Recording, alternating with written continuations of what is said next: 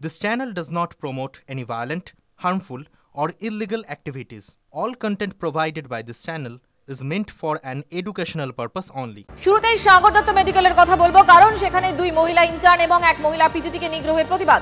কর্মবিরতিতে junior চিকিৎসকেরা নিরাপত্তা সুনিশ্চিত না হওয়া পর্যন্ত আন্দোলন চলবে পরিষ্কার বলছেন জুনিয়র চিকিৎসকেরা। এমএসভিপিকে ঘিরে বিক্ষোভ নার্সিং স্টাফদের। রাজ্য সরকারের আশ্বাসী সার, ফের হাসপাতালে তাণ্ডবের ঘটনা। সিসিটিভি ফুটেজ সবার আগে আমরাই দেখিয়েছি, সেই ফুটেজ আরো একবার আপনাদেরকে দেখাচ্ছি। পুলিশের সামনে মারধর, আরজি কর করে দেওয়ার মতো হুমকিও শোনা গেছে। Fair and bright night and day cream, ত্বক থাকবে ব্রাইট সারাদিন, পলিউশন ফ্রি, ঠিক যেন রাতের ফোঁটা সাদা ফুল। সারাদিন হ্যাপি ব্রাইট স্কিন। এমনটাই অভিযোগ। হাসপাতালে নতুন পুলিশ ফাঁড়ি হলেও পুলিশের কোনো সক্রিয়তা নেই, পরিষ্কার অভিযোগ করছেন জুনিয়র চিকিৎসকরা।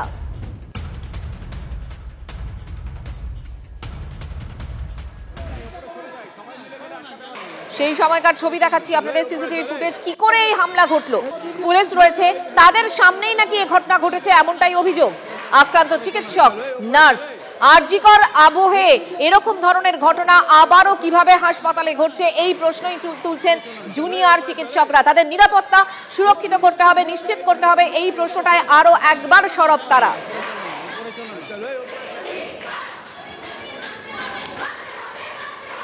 নিরাপত্তা কবে পাবো, আর কত মার খাবো। নিরাপত্তা কবে পাবো, আর কত মার খাবো। নিরাপত্তা কবে পাবো, আর কত মার খাবো। নিরাপত্তা কবে পাবো, আর কত মার খাবো। নিরাপত্তা কবে পাবো, আর কত মার খাবো। যে ঘটনাটা ঘটেছে, যে এত বাজে একটা ঘটনা ঘটেছে, এত কিছু হয়ে যাওয়ার পর মারধর হয়েছে, অনেক কিছু হয়েছে, হাত টানাটানি হয়েছে, ফিমেল রেসিডেন্টের ওপর হয়েছে। কর্মবিরতি ডিসাইড করে নিয়েছি, কমপ্লিট সিজবার। অবস্থান তো চলবে, অবস্থান চলছে আমাদের কমপ্লিট সিজবার, both emergency and essential service. Sagar Dutta এটা আপাতত স্ট্যান্ড। এই পরিস্থিতিতে দাঁড়িয়েও আমরা যে WBJDF এর ডাকে আমাদের RD এর তরফ থেকে আমরা কিন্তু emergency service, essential service join করেছিলাম। কিন্তু কালকে যে ঘটনাটা ফিমেল মেডিসিন ওয়ার্ডে ঘটলো, আমাদের হসপিটাল বিল্ডিংয়ের 4 তলায়, আমরা যে অথরিটিকে বারবার বলতে চাইছি যে আমাদের সিকিউরিটি নেই, আমাদেরকে সিকিউরিটি দিতে হবে, আমাদের অনেক লুপহোলস থেকে যাচ্ছে, সেই জিনিসটাকেই সেটা কালকের যে ঘটনাটা ঘটলো সেটা কিন্তু প্রুফ করে দিল। আউটপোস্ট হয়ে দেখুন নতুন উদ্বোধন হয়েছে। আমরা যতদূর পুলিশ প্রশাসনের সাথে কথা বললাম, ওনারা এসছিলেন ঘটনাটার সময়, কিন্তু এসে দাঁড়িয়ে দেখলে তো শুধু হবে না, অ্যাক্টিভলি জিনিসটাকে আটকানোর ব্যবস্থাটাও নিতে হবে। 50 দিনের শেষে আমাদের ফোকাসটাকে, যেরকম একটা লং ইনিংস খেলতে গেলে বড় বড় যারা খেলোয়াড় হন তারা 50 রান বা 100 রান নেওয়ার পরে আরেকবার স্টান্স নেন। এখন কিন্তু আরেকবার ফেরত গিয়ে সেই স্টান্সে দাঁড়াতে হবে। এবং 1 নম্বর, কেন চিফ জাস্টিস বিচলিত 30 তারিখে, এই বিচলিত হওয়ার কারণটা কিন্তু আমাদের সামনে যে কোনো অধ্যায় বের করে রাখতে হবে। যারা 50 দিনের শেষে আমাদের ফোকাসটাকে, যেরকম একটা লং ইনিংস খেলতে। প্রশাসন বলছে আমরা অ্যাকশন নিয়েছি। যদি অ্যাকশন নিয়ে থাকে তাহলে 4 তলা সিঁড়ি ভেঙে এতগুলো মানুষ কি করে ওয়ার্ডের মধ্যে ঢুকলো, সেটাই আমাদের প্রশ্ন। এবং ওখানে যে ফিমেল, ওটা কিন্তু ফিমেল ওয়ার্ড, ফিমেল পিজিটিসদের ঘর, ওরা নিজেদের ঘরে ঢুকে গিয়েছিল আত্মরক্ষার জন্য, সেই ঘরের দরজা ভেঙে তাদের হাত ধরে টেনে আনা হয়েছে। এই ঘটনা কেন ঘটবে, এখনো পর্যন্ত কেন ঘটবে, এটাই আমাদের প্রশ্ন। ডাক্তারের নাম জিজ্ঞাসা করেছে, ডাক্তারের নাম আমাকে জানা ছিল না। ডাক্তারের নাম যখন আমি বলতে পারিনি তখন আমাকে বলেছে কাউন্সিলর। কাউন্সিলর আমাকে এসে বলেছে ডাক্তারের নাম বলবি না, ডাক্তারের সঙ্গে শুবি কি করে। তারপরের দিন এসে আমি অথরিটিকে জানিয়েছি, আমাদের অথরিটি আমাকে বলছে তুমি কিছু বলনি তো, কাউন্সিলরকে তুমি কিছু বলনি তো। কে দিয়েছি 7 দিন আমি ঘুমোতে পারিনি। আমাদের থ্রেড কালচার আমাদের অথরিটি কোনোদিনও আমাদের এসে স্টেপ নেয় না।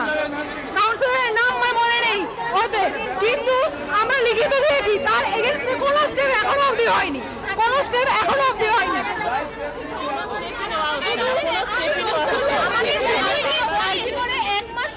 ঘটনা সবাই বলছে এত সিকিউরিটি নিরাপত্তা নেই। কি করে নিচে যদি স্টক সিকিউরিটি হয়, নিচে যদি পুলিশের ট্যাক্স মার্কেট হচ্ছে, তারপরেও এত গুন্ডা বাহিনী, এত লোকজন উঠছে কি করে? নিচে স্টক এত সিকিউরিটি থাকা সত্ত্বেও আমাদের অথরিটি বলছে সিকিউরিটি দিয়েছে, এত লোক উঠলো কি করে? আমাদের কাল দুজন স্টাফের ফিজিক্যাল ভার্বাল ইমোশনাল অ্যাবিউজ করা হয়েছে কালকে কালিককে মারা হয়েছে আমাদের যখন মারছে পুলিশ দূরে দাঁড়িয়ে দাঁড়িয়ে দেখছে আমাদের মারার সময় পুলিশ দূরে দাঁড়িয়ে দাঁড়িয়ে দেখছে আমাদের 5-7 মতো আমাদের ওয়ার্ডের জিডিও দাদা আমাদেরকে বেঁচেছে পার্টিকে মারা আপনাকে মেরেছিল আমাকে মেরেছে আমাদের একজন কালিককে মেরেছে খেয়ারাই থানা জানিয়েছিলেন আমরা তো জানিয়েছি হাই অথরিটিকে আমরা বলতে এসেছি যে এফআইআরটা করা হয়েছে কিনা এমএসডি স্যার আমাদের এফআইআরটা করেছে কিনা সেটাই আমরা জানতে এসেছি থালা দিয়ে দিয়েছিল থালা কাঁচের বোতল ছুটছে আমাদের ওয়ার্ডে অক্সিজেন সিলিন্ডার ভেঙে দেওয়া হয়েছে আমরা যখন এই কথাগুলো আজকে আমাদের অথরিটিকে জানাতে এলাম আমাদের অথরিটি সব শোনার পরে বললেন তোমরা সরকারি চাকরি করো তাই তোমরা এইসব আন্দোলন করতে পারো না এইসব কি কথা আমরা কার কাছে চাকরি করতে এসেছি মানে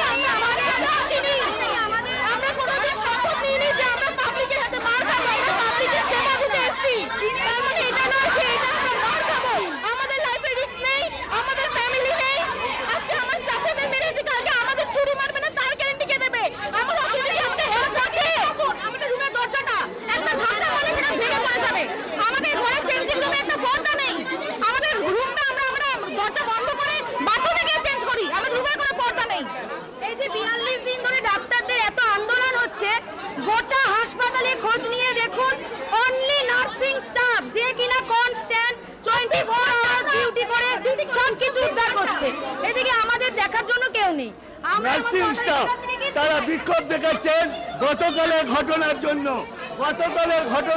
তারা যথেষ্টই আতঙ্কিত তারা পুলিশি ব্যবস্থা চান পুলিশের কাছে তারা অভিযোগ জানাতে চান এবং এমএসভিপি কেন এখনো পর্যন্ত অভিযোগ করেনি তাদের অভিযোগ এমএসভিপির ওপর যে তাদের নিরাপত্তা কোথায় তারা এখন এমএসভিপির সামনে তারা ঘেরাও করেছে এবং তাদের একটা চেঞ্জিং রুম পর্যন্ত নেই পোশাক ছাড়ার রুম পর্যন্ত নেই নিরাপত্তায় হীনতায় শুধু চিকিৎসকরা নয় নার্সিং স্টাফ অর্থাৎ এখানে কয়েকশো নার্সিং স্টাফ রয়েছে তারা বিক্ষোভ দেখাচ্ছে নিরাপত্তা নিয়ে নিরাপত্তাটা কোথায় তাহলে সাগর দত্তে এরাই প্রশ্ন করছেন নার্সিং স্টাফেরা সাগর দত্ত থেকে বিশ্বজিতের সঙ্গে অনন্ত চট্টোপাধ্যায় TV9 বাংলা